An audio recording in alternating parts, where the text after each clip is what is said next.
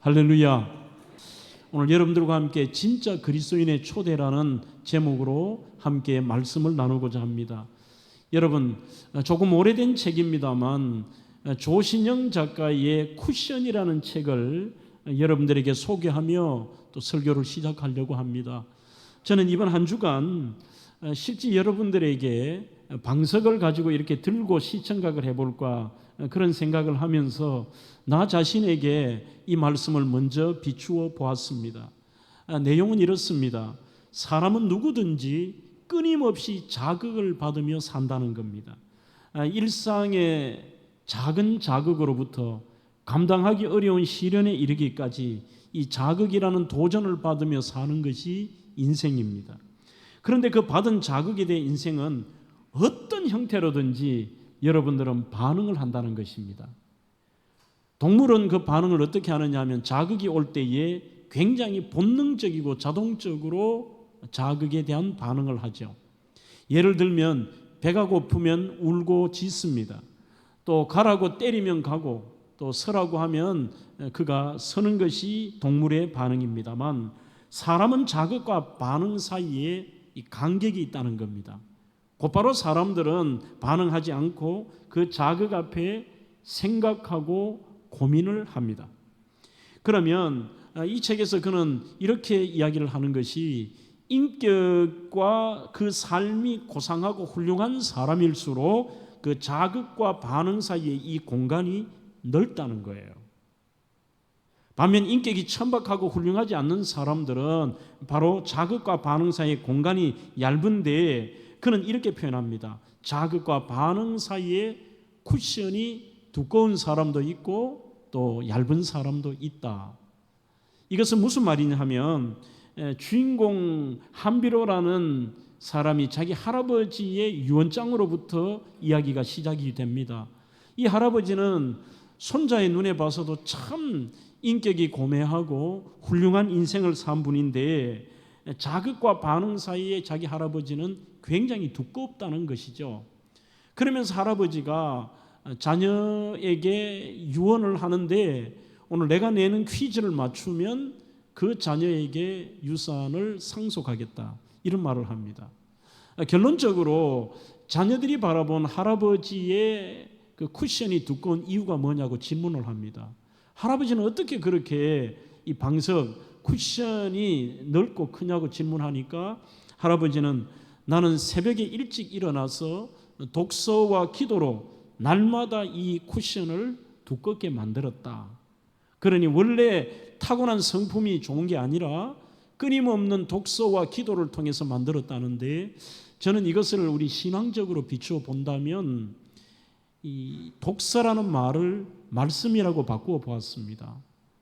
우리가 이 쿠션이라는 말 자체는 이런 것이죠. 자극이라는 것을 쉽게 말하면 여러분들이 의자에 앉으셨을 때 그 밑에 의자에 삐쳐나온 것이라든지 의자가 딱딱하면 불편해서 견디지를 못하고 짜증을 내거나 반응을 보이잖아요.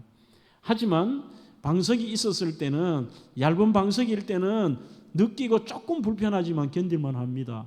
하지만 그 방석의 두께가 아주 두꺼우면 어지간한 것도 느끼지 못하고 넘어가고 그 아픔을 자기가 반응하지 않고 넘어가는 거예요.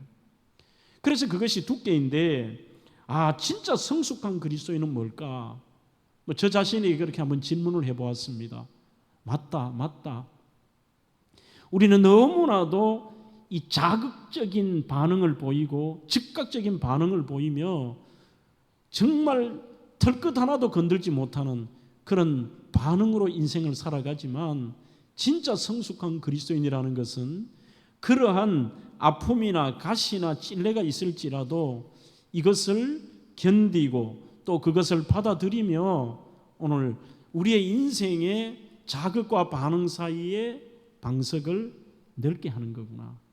이게 넓어지면 넓어질수록 그의 삶도 행복할 뿐만 아니라 정말 우리가 성숙한 그리스도인으로 살 수 있겠다. 이런 묵상을 한 주였습니다. 물론 성경 에스겔 선지자도 이 쿠션의 원리를 우리에게 설명을 합니다. 에스겔 2장 6절에 보면 인자야 너는 비록 가시와 찔레가 함께 있으며 정갈 가운데 거주할지라도 그들을 두려워하지 말고 그들의 말을 두려워하지 말지어다.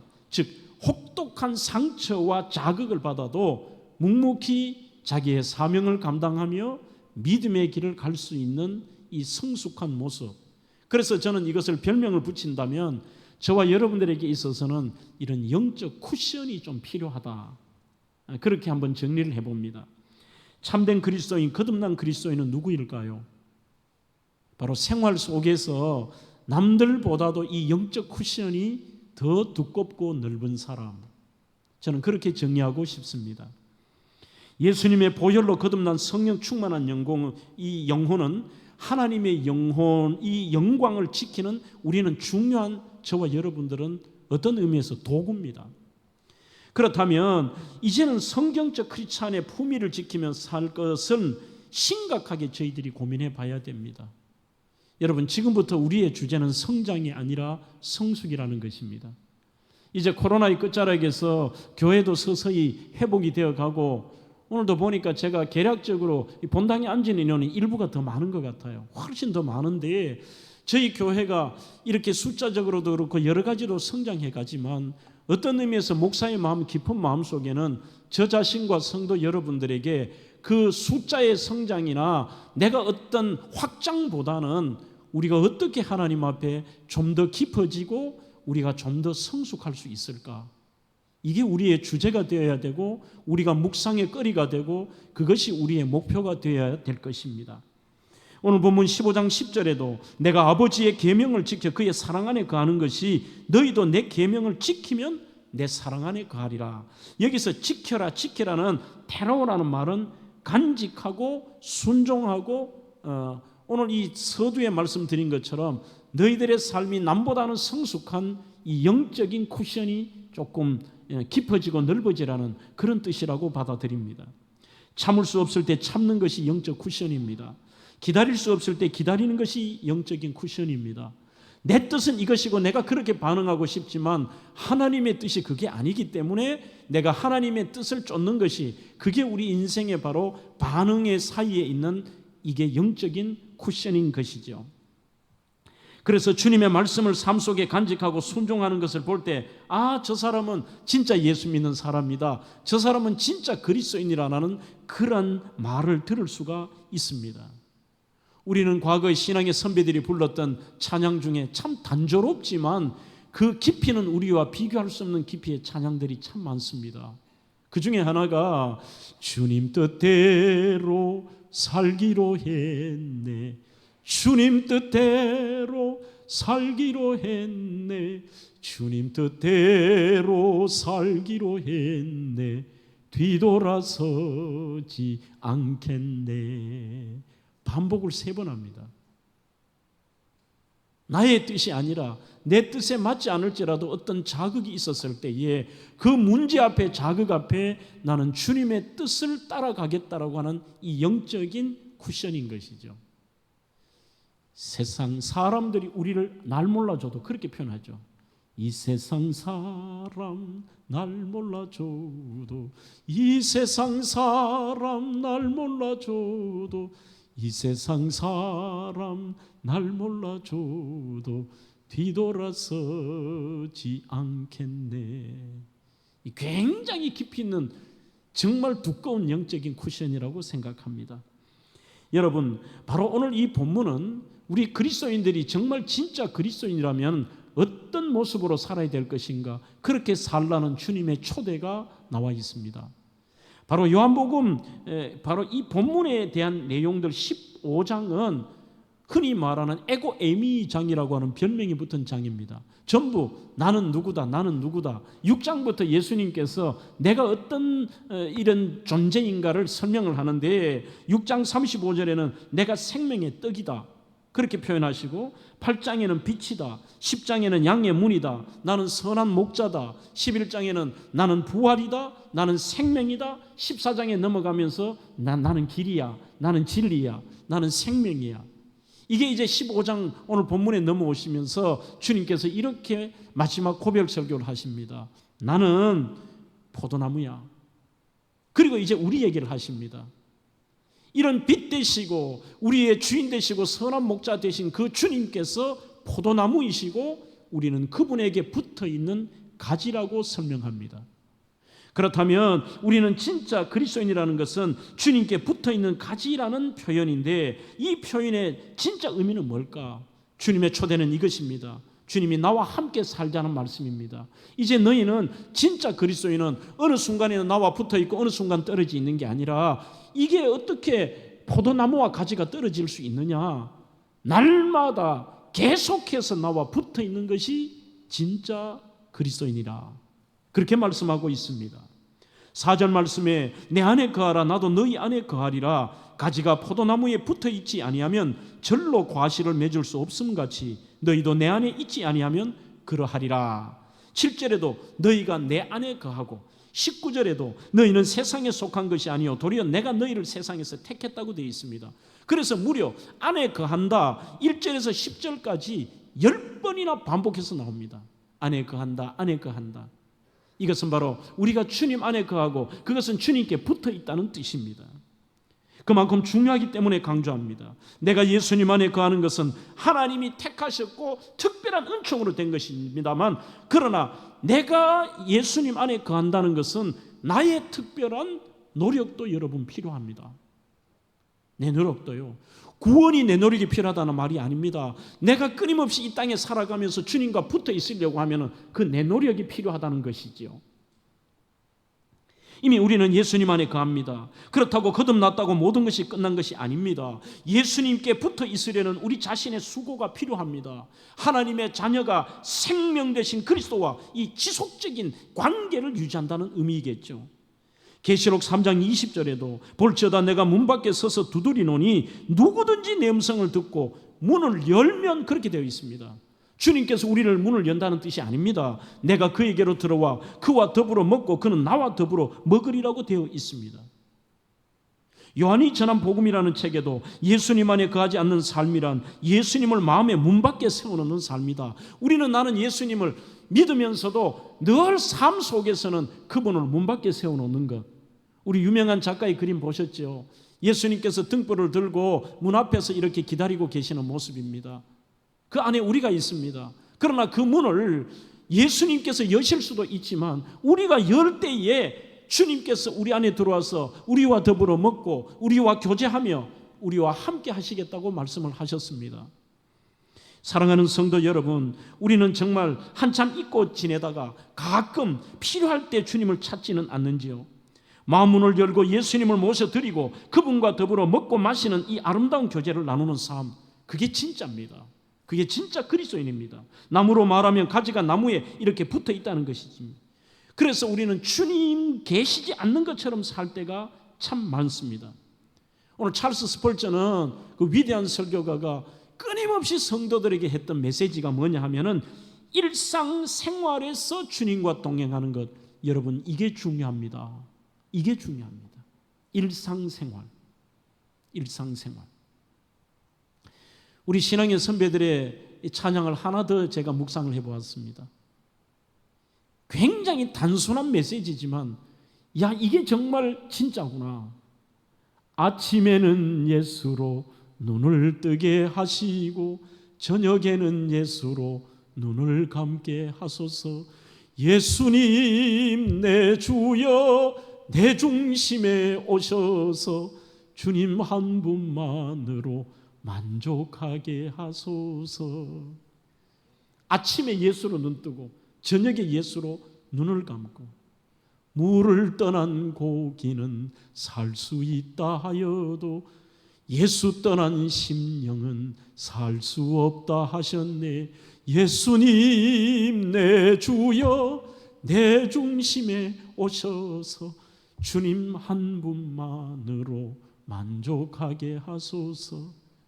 우리의 신앙의 선배들이 그렇게 살았습니다. 어느 한순간의 예배 시간만 주님과 동행하는 것이 아니라 그 주님 한 분으로 만족하며 그분과 우리가 이렇게 꼭 붙잡고 사는데, 아침에 그분 묵상하고 그분의 뜻이 뭔가 생각하며 나에게 새 생명 주신 주님 앞에 예수로 눈뜨고 아침에 눈뜬 뿐만 아니라 하루 종일 우리가 그분과 동행하며 그분 뜻대로 살다가 그리고 저녁에는 예수로 눈 감고, 이거 여러분들 쉽게 할 수 있는 고백은 아닙니다. 주일에만 주님께 붙어 있는 것이 아닌 every time, every day 우리가 주님과 붙어 지내는 것. 이것은 세상의 모든 삶을 포기하고 오직 예수님만 묵상하고 성경 읽고 예배드리고 기도만 하라는 뜻이 절대로 아닙니다. 진짜 우리가 삶의 현장에서 살아가는 거기에서 내가 그리스도인이라는 게 드러날 수밖에 없는 것은 그분과 동행할 때예요. 제이미 스나이더의 진짜 제자가 되는 길 리얼이라는 글에서 그는 이렇게 말합니다. 만약에 주일이 존재하지 않는다면 내가 예수님을 따르는 사람이라는 것을 다른 사람들이 알 수 있을까? 어떻게 알까? 주일은 여러분들이 예배당에 나오고 예배를 드리니까 누가 봐도 저 사람 예수 믿는 사람이야. 그리고 여러분들 자신도 이곳에 와서 주님을 묵상하고 찬양하며 주님의 말씀을 듣고 여러분들이 정말 내가 예수 믿는다는 것이 느끼는데, 우리는 한번 생각해 보시죠. 여러분들의 인생에 그냥 주일이 없는 거예요.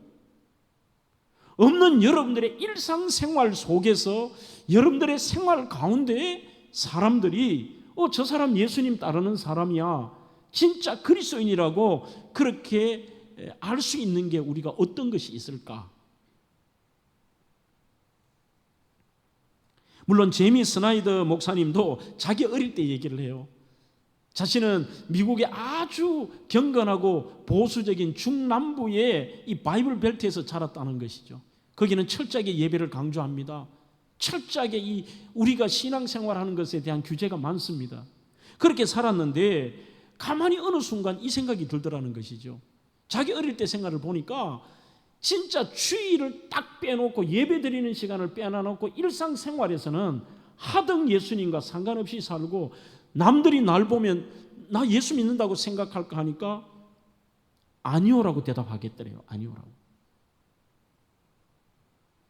몇 가지 규칙을 준수하는 것과 식사 기도를 제외하면 남들이 나를 예수 믿는 사람, 진짜 그리스도인이라고 볼 수 있는 삶이 없더라는 것이죠. 그냥 식사할 때 기도하니까, 그러나 미국인들은 뭐 거의 다 기도하니까 그래도 예수 믿는구나. 또 몇 가지의 규칙이라는 것은 뭐 우리 같으면은 회식 자리에서 술을 먹지 않는다든지, 그 몇 가지의 특이한 것을 보면 저 사람 예수 믿는가 봐 정도 알지. 우리가 그런 규칙의 몇 가지를 제외하고 과연 평상시에 나의 every time, every day에 우리의 생활을 통하여서 남들이 저 사람 예수 믿는다라고 할 수 있는 게 뭐가 있냐는 거예요. 그런 질문을 던지고 있습니다. 하지만 이 질문은 대단히 중요하다. 왜 그러느냐? 자기 성찰의 가치를 놓치지 않기 위해서도 있지만 예수님이 권고하신 삶을 살기 위해 이게 중요하다는 거죠. 내가 예배 시간과 주일 말고 그냥 우리 평상시의 일상생활 속에서 내가 진짜 예수 그리스도의 제자로서 그분의 정말 자녀로서 우리의 모습이 뭐를 말할 수 있느냐? 그렇게 많지 않을 것 같습니다. 정말 주님 안에 날마다 거하며 주님의 뜻에 그 깊이 잠기는 사람이 어떤 것을 우리는 구할까? 그러면 주님의 뜻을 늘 구하겠죠. 선택의 연속에서도 주님을 묵상합니다. 일어나서도 묵상하고 남들과의 관계 속에도 그렇고 회사를 경영하면서도 그렇고 우리의 모든 일상생활 속에서 사고방식은 하나님이 하시는 생각에 머물고 그 사람의 마음은 하나님의 가치관을 그대로 담습니다. 하나님의 가치관. 이게 무슨 말이냐면 무슨 일을 하든지 하나님이 무엇을 원하실까? 그렇게 생각하는 거죠. 제가 LA에서 어떤 한 장로님의 이야기를 들으면서 이분은 주일이 없다고 해도 참 사람들이 이 사람은 예수 믿는다라고 말할 수 있겠구나라는, 진심으로 목회자지만 존경하는 장로님이 계십니다. 이분은 회사가 정말 어려울 때도 있었지만 그분은 하청업체에게, 자기도 어려울 때도 하청업체에서 가장 먼저 그 대금을 드려요. 왜 그러냐 하면 우리가 어려우면 하청업체는 더 어려울 거 아니냐, 남을 생각하는 것이죠. 주님이라면 그렇게 하셨을 것 같아요. 그 다음에 회사가 구조조정을 할 때도 한 사람도 구조조정을 안 했습니다. 그 이유가 뭐냐? 자신부터 희생을 할 뿐만 아니라 모든 우리가 조금만 시간의 수당 받지 않고 이런 수당 받지 않고 이런 하되 우리가 같이 희생을 짊어지면 한 사람도 우리가 내보낼 필요가 없을 거다. 제가 가장 감동받은 이야기는 이겁니다. 저쪽에 그 동남아 쪽에서 오신 그 이주 노동자가 회사 안에서 사고가 나서 이렇게 큰 손에 부상을 입고 병원에 입원을 했습니다. 그런데 그 장로님이 병원에 가셔가지고 밤새도록 울면서 하나님께 기도하고 그 자리를 지키고 이분을 위로하고 격려했던 그 얘기를 들으면서 그래, 이게 바로 진짜다. 그분이 매일 예배를 드리지 않을지라도 주님과 붙어 있는 삶. 주님이라면 어떻게 하실까?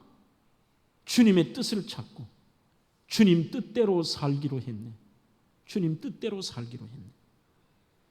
사랑하는 성도 여러분, 두 번째로 진짜 그리스도인은 세상과 타협치는 않지만 뜨겁게 세상을 사랑하는 사람이 진짜 그리스도인입니다. 오늘 19절에 너희가 세상에 속하였다면 세상이 자기 것을 사랑할 것이나 너희는 세상에 속한 자가 아니라고 얘기를 합니다. 도리어 내가 너희를 세상에서 택하였기 때문에 세상이 너희를 미워한다고 얘기를 하고 있습니다.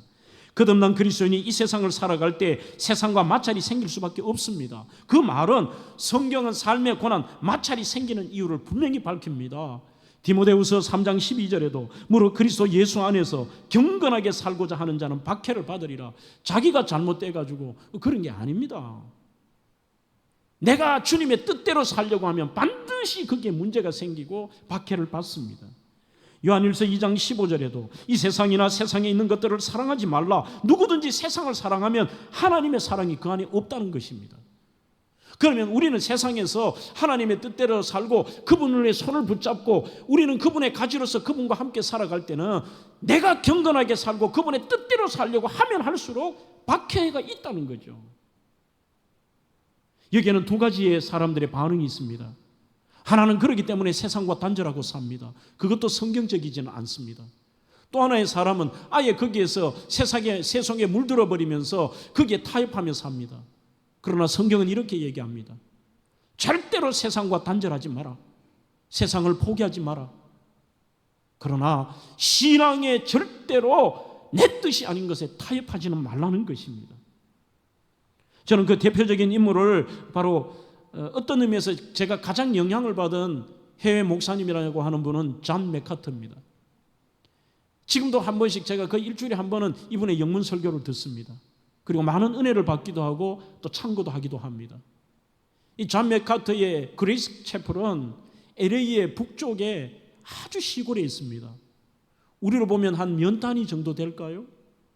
그런데 매주 15,000명에서 최고로 많이 모일 때는 3만 명이 모이는 교회입니다.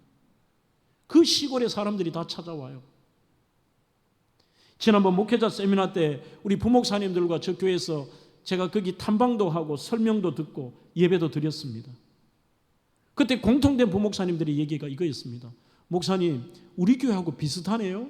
그런데 우리 교회보다도 더 예배 시간이 길고 우리 교회보다도 더 보수적이네요. 예배가 보통 1시간 30분에서 40분 정도 예배를 드립니다. 특별한 프로그램도 없습니다. 여전히 성시 교독을 합니다. 여전히 사도신경으로 고백도 합니다. 그리고 하나는 제가 다음 달부터 우리도 그렇게 해보려고요. 맞다고 생각하는 것은 저희들도 도입을 해야 되겠죠. 성경 말씀을 읽을 때는, 성경 봉독할 때는 성도들이 꼭 그 자리에 일어납니다. 사회자가 이렇게 얘기합니다.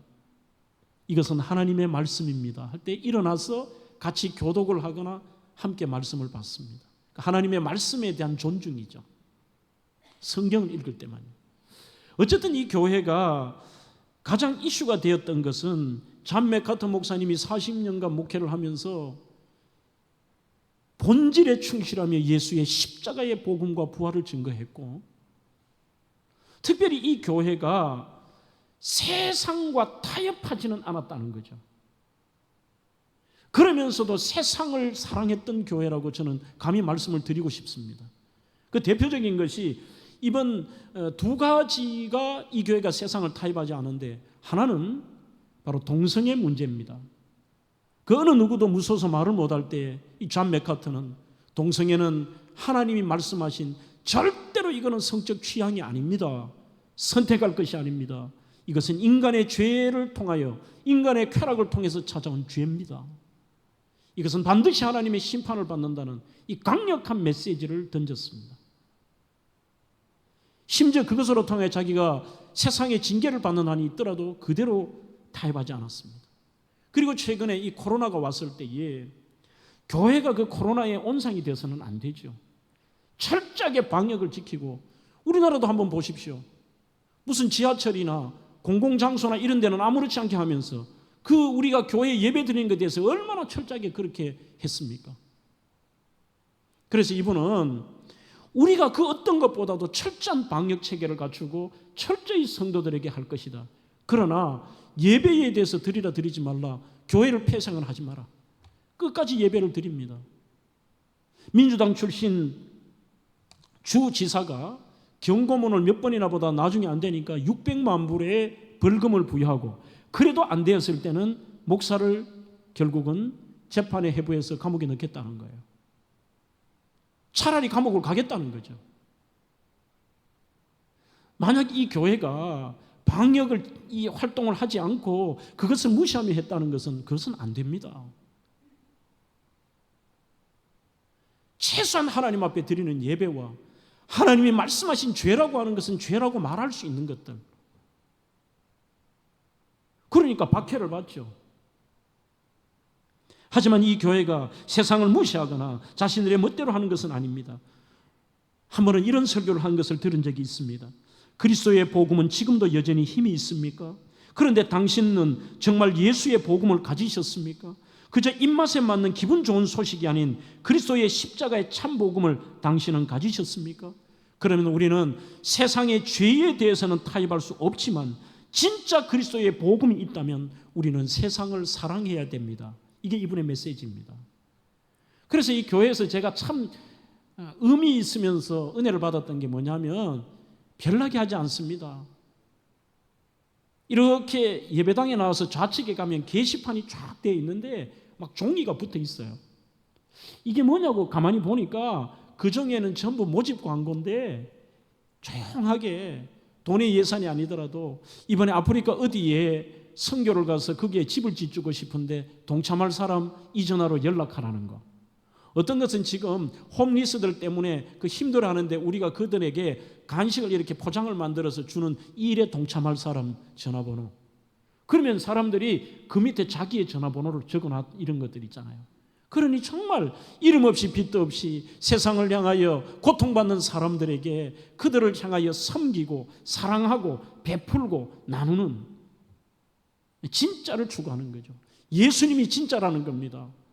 복음이 진짜인 것입니다. 그래서 우리도 가식과 허식과 겉과 속이 다른 것이 아니라 진짜로 살자는 것입니다. 요한일서 2장 16절에 육신의 정욕, 안목의 정욕, 이생의 자랑이니 다 아버지께로부터 온 것이 아니고 세상으로부터 왔다는 겁니다. 우리는 이런 것에 대해서는 타협할 수 없지만 오직 하나님의 뜻을 행하는 자가 영원히 가는데, 그 뜻이 뭐냐? 지금 본문에서도 끊임없이 얘기하는 것이 이 짧은 주님의 메시지 가운데서도 사랑이라는 단어입니다. 너희들이 나의 사랑을 받았지 않느냐? 너희들이 나의 안에 거한다면은 오늘 나와 특별히 세상을 향하여 사랑하며 살라는 것입니다. 그리스도인의 열매 맺는 행위는 확고한 믿음의 결과입니다. 우리가 그 믿음이 있기 때문에 열매 맺는 생활을 해야 되고 우리는 이렇게 진짜로 살아야 되는 것입니다. 예수의 십자가의 사랑, 그것이 이제는 우리에게 사랑으로 나타나야 됩니다. 여러분들의 남은 인생과 여러분들의 인생의 목표가 무엇입니까? 여러분들이 추구하는 것이 무엇입니까? 2007년 동명영화 이 버킷리스트가 나온 이후로 많은 사람들이 버킷리스트를 작성합니다. 자기의 인생에 하고 싶은 것들, 이거를 많이 적죠. 그렇게 하면서 어떤 사람은 나는 어디를 가고 싶다. 나는 북유럽의 오로라를 보고 싶다. 나는 남극에 한번 가보고 싶다. 그리고 주로 사람들의 버킷리스트는 어디를 가보고 그리고 어떤 것을 먹고 어떤 것을 체험하는 것. 이게 인생의 한 번뿐인 인생의 버킷리스트입니다. 그래서 J.D. 그리어라고 하는 분은 인생 어떻게 살 것인가라는 책에서 이렇게 오히려 거꾸로 얘기합니다. 당신이 그리스도인이라면 버킷리스트를 버리래요. 버킷리스트를 버려라. 그것을 던져버리라는 겁니다. 우리는 주인 되신 예수님과 동행하며 그 복음받은 자로 주님의 사랑, 이웃 사랑하며 살아야 되는데 버킷리스트는 결국은 여기로 모아진다는 것입니다. 요한복음 15장 오늘 9절에도 아버지께서 나를 사랑하신 것 같이 나도 너희를 사랑하였으니 나의 사랑하는 거하는 자 너도 사랑해라. 우리의 버킷리스트는 정말 인생이 죽음 앞에서는 여러분들 아무것도 아니고 사람이 만일 천하를 얻고도 자기 생명을 잃어버리면 우리는 예수님을 통해 새 생명을 얻었습니다. 영생을 얻었습니다. 이 땅의 삶이라는 것은 우리가 아무리 길어도 명왕성까지 간다는 것이 참새가 어떤 것을 물고 명왕성까지 가는데 25,360년 어느 목사님의 설교 가운데 그런 게 나와요. 25,360년인데 그 25,360년을 갔다 오면 얼마일까요?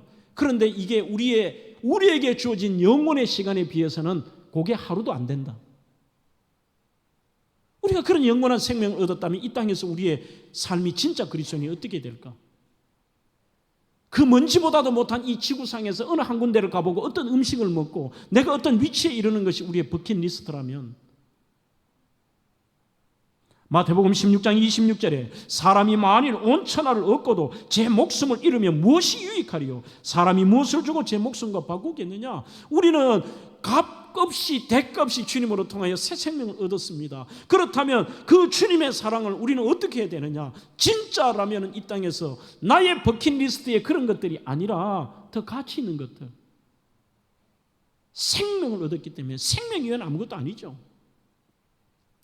이 J.D. 그리어가 아주 재밌는 자기가 청소년들과 청년들에게 설교했던 것을 책에 써놓은 적이 있습니다. 오늘 여러분들에게도 제가 그 질문을 한번 던져볼게요. 한번 손을 한번 들어보시죠. 만약에 아이들에게 이런 설명을 합니다. 만약 1조 원을 빳빳한 지폐로 준다고 말한다면 여러분들에게 그분은 10억 달러라고 얘기했는데 저는 1조 원이라고 얘기를 했습니다. 여러분들에게 오늘 누가 1조 원을 줘요. 그것도 빳빳한 5만 원권으로. 그러면서 이렇게 아이들에게 얘기했습니다. 그 대신 새끼 손가락 하나만 자르면 된다고 합니다. 자, 아이들에게 묻습니다. 몇 명이 나랑 거래할래? 자, 여러분들에게 동일하게 한번 냅니다. 여러분들에게 1조 원을 드립니다. 손가락 하나를 자르시겠습니까? 손 들어보시죠. 자르겠다.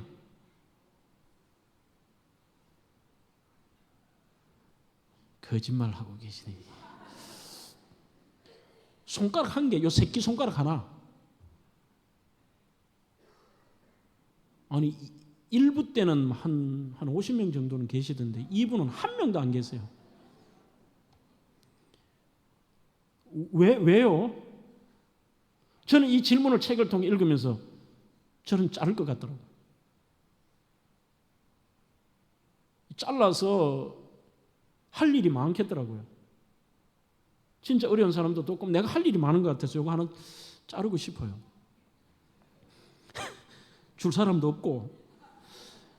그런데 놀라운 것은 이 J.D. 그리어가 청소년과 청년들 집회에서 이 얘기를 하니까 빳빳한 10억 달러를 현찰로 줄 텐데 요 새끼손가락 자를 사람 손들어라고 거래할래 하니까 99% 아이들이 손 다 들었어.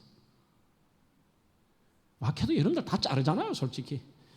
그 다음에 점점 이 목사님이 강해져요, 말이. 그 다음 너희 팔꿈치를 자르고 10억 달러를 줄 텐데 어떻게 거래할래 하니까 여전히 99%의 아이들이 손 들더래요. 그 다음에는 어깨입니다.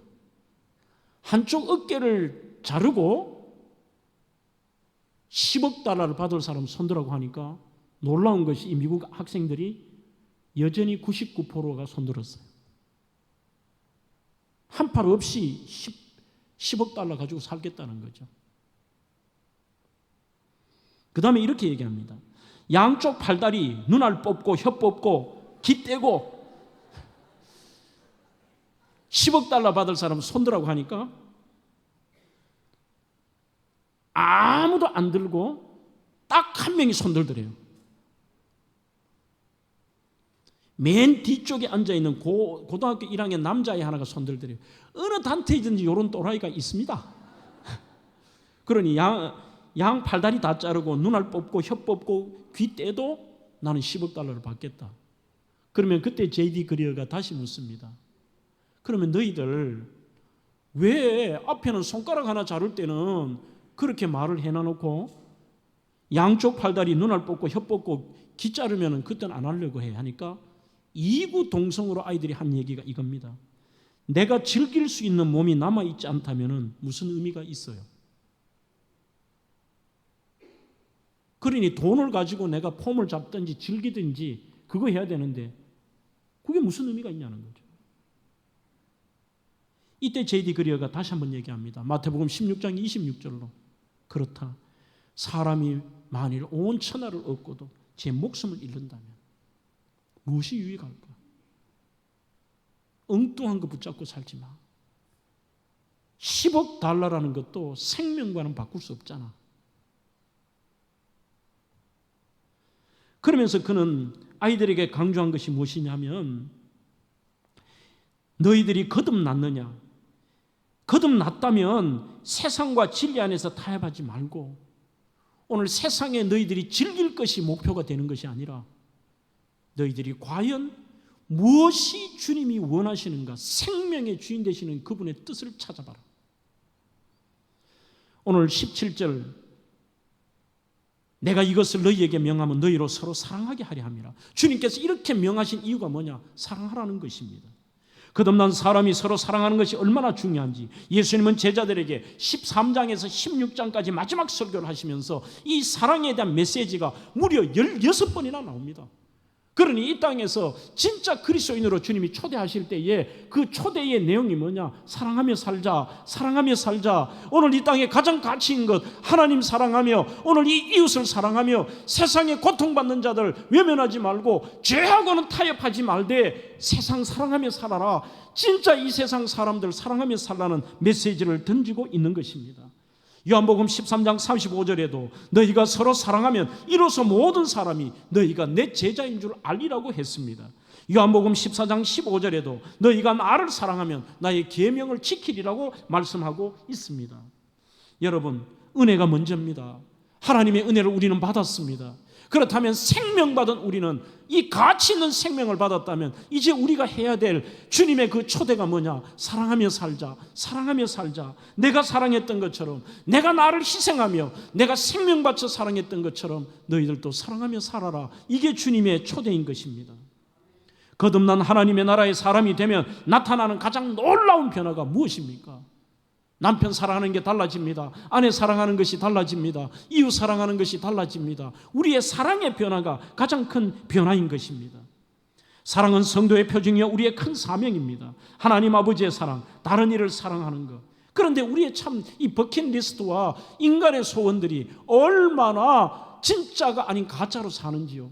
여전히 나는 주일날 와서 예배를 드리고 우리는 이것으로 평상시에 우리의 모습이 어떠하느냐. 너무 우리는 자급에 민감합니다. 용서하지도 못합니다. 그 작은 찔림 하나도 견디지를 못합니다. 우리는 반응에 너무 민감합니다. 그래서 때로는 처음에 말씀드린 것처럼 우리는 그 반응에도 좀 이 두꺼운 쿠션이 필요한, 그 두꺼운 쿠션을 깔 때에 우리가 할 수 있는 것은 그들을 이해하고 용서하고 사랑하고. 참 어떤 분들은 버킷리스트가 편하게 죽는 거라는 분도 있습니다. 그래서 우리 교회도 옛날 노인대학 할 때에 그때 표가 그거잖아요. 뭐 모이시니까 그렇게 하시더라고요. 9988 234 99세까지 팔팔하게 살다가 2, 3일 앓다가 죽자. 뭐 이런 분도 제가 봤어요. 목요일에 아파 금요일에 입원하고 토요일에 죽고 주일에 광고하고 월요일에 장례식 치르는 거. 이게 또 소원이라네요. 그렇게 하세요.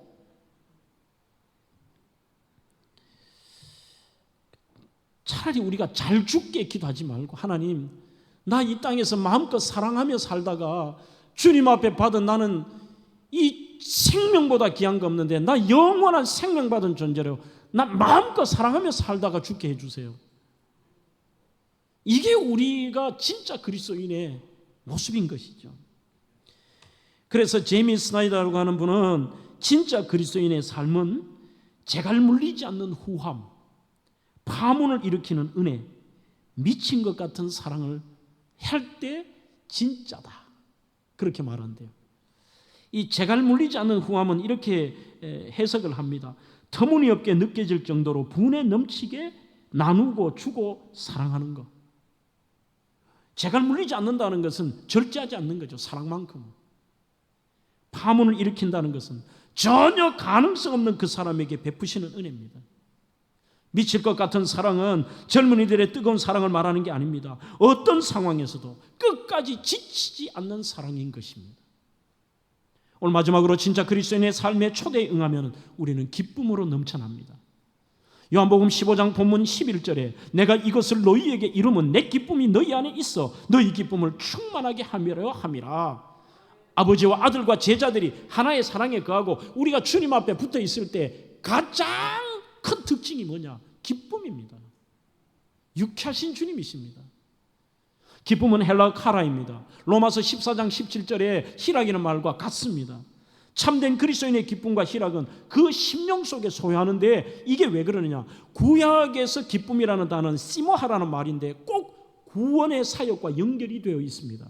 그러니 세상의 어떤 기쁨은 금방 사라집니다. 변할 수 있습니다. 그러나 내가 샤펠의 그 비참한 상태에서 구원받고 지옥 불구덩이에서 건짐을 받고 우리는 사탄의 쫄기에서 하나님의 자녀가 되었고 영원한 생명을 얻은 자, 영원은 구원으로 기뻐할 이유, 거기에서 나오는 기쁨은 어떤 경우에도 흔들리지 않는데요.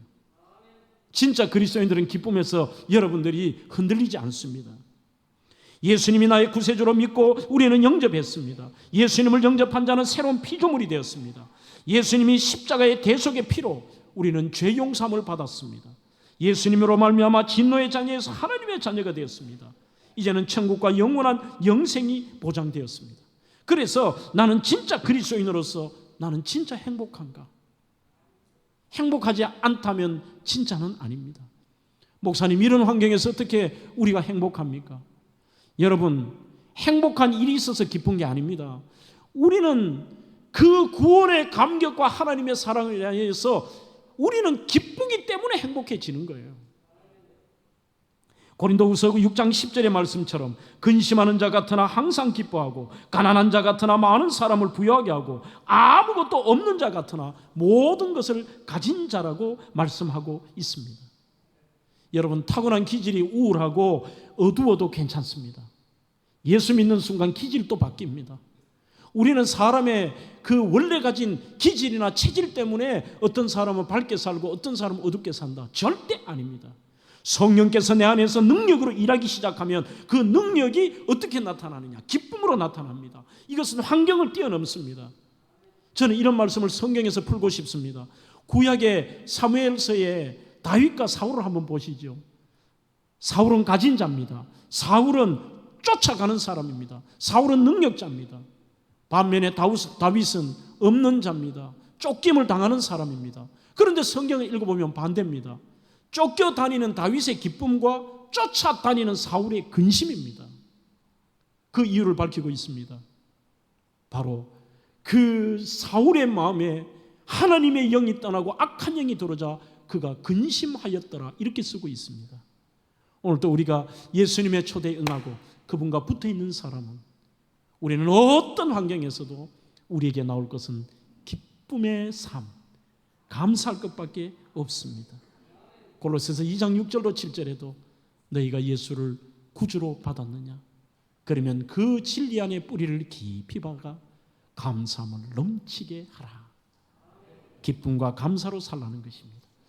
저는 저와 우리 성도들이 이제는 성장과 우리의 어떤 버킷리스트보다도 성숙을 꿈꾸며 하나님의 초대에 응하여서 오늘 이 땅에서 마음껏 사랑하며 여러분들의 삶이 기쁨으로 충만하기를 주의 이름으로 축원합니다.